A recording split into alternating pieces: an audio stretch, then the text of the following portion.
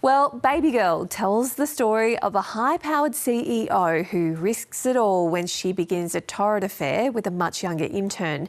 Film reviewer Catherine Tulich caught up with lead actress and Australian favourite Nicole Kidman. Don't you have to be at work? Hey.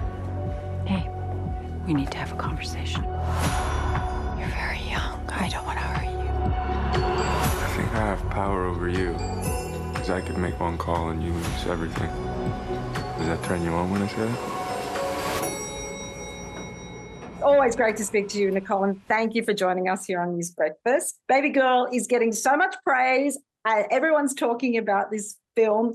How does that feel? And what do you think is so unique about this story and how it's told? It's taken off in a way that I didn't expect, actually. So that's thrilling that there is an appetite for this sort of story where you have a woman at the center. It's about desire, it's about secrets, it's about shame, but it's fun, hopefully. It's confronting. It's definitely a wild ride, which is what I think people are embracing, and that's lovely. But also it's very, very human. It doesn't have the judgment attached to it, so that when people watch it, they can view it from many different lenses. They have strong reactions to it, which is really, really exciting. But there's been an enormous amount of support, and particularly from cross generations. So there's younger people and older people responding to the movie. Well, that's incredibly rare, particularly with a woman at the center. And it's emotional, but it's sexual. It's an erotic thriller.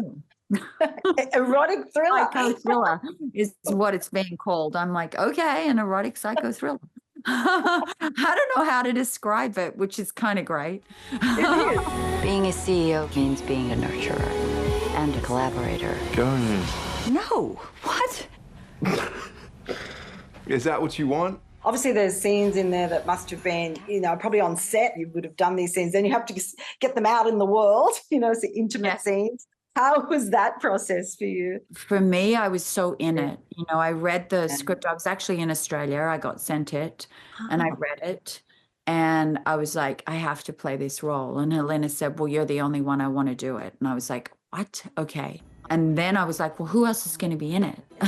Who's going to want to be in it? Is there going to be any men that are going to want to support this story? And suddenly Harris Dickinson, who's extraordinary, Right. such a powerful actor already. And then Antonio, who comes with all his experience and his talent and his expertise. And he is also a director.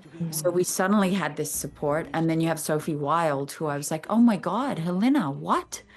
A24 had done Talk to Me with her. So they were like, you've got to cast Sophie. And we were like, will she do it? So we were so lucky to get her. And it's a great role for her. Do you feel like that you are getting sort of more fearless or braver in your roles? I mean, in many ways. More abandoned.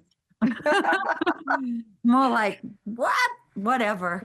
I don't know. I'm always reluctant to use the word brave, because is it brave or is it just I'm on this quest to sort of examine humanity and what we are? And that means in all its different forms and ideas. And philosophically, this is something that I'm really interested in. So the story of a woman who's grappling with desire and truth and what she really wants and her fantasies and her shame and her self-sabotage, they're interesting themes. But they're packaged in a very entertaining sort of genre, which is the erotic thriller. But hopefully, you're actually watching an existential crisis of a woman at a particular age.